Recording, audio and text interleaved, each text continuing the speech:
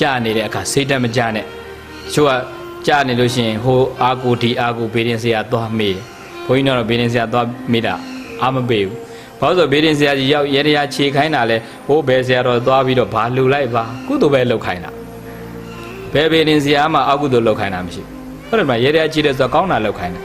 အဲ့တော့ကောင်းတာလုပ်ခိုင်းရင်သူ့ဘေးရင်ဘိုးသွားပေးမနေတော့ပဲနဲ့အဲ့ဟာလေးကိုယ့်အကိုလှူပြီးတန်းပြီးတော့ကုသိုလ်ကောင်းမှုလုပ်လိုက်ရင်ကိုယ်ကံကိုမြင့်နေဆိုအဲ့ဒါပြုတာအဲ့တော့တက်နေသတိထားအကြမနာဖို့အရေးကြီးတယ်ကြာနေပြီဆိုရင်စိတ်တက်မကြနဲ့ကြာနေရင်ကုသိုလ်များများဖိလို့အဲ့ဒါကိုယ့်အတွက်ကံနေပြန်တက်ဖို့ပဲเนาะဒါကြောင့်မလို့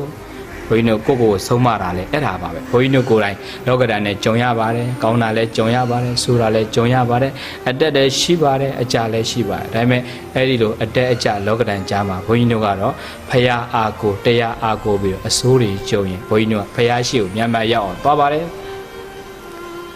အကောင်းနေကြုံတဲ့အခါမှာလည်းပဲသတိထားပါတယ်။ဩအကောင်းရဲ့နောက်မှာမကောင်းကရောက်တတ်တယ်ဆိုတာအမြဲတမ်းသတိထားပြီးကောင်းနေတဲ့အခါမှာသတိထားတယ်မကောင်းတဲ့အခါကုသိုလ်များများပွားတယ်ထို့အတူပဲဘုန်းကြီးတို့တော်ကောင်းများလည်းပဲတက်နေတဲ့အခါသတိထားပါကြတတ်တယ်ဆိုတာမမေ့ပါနဲ့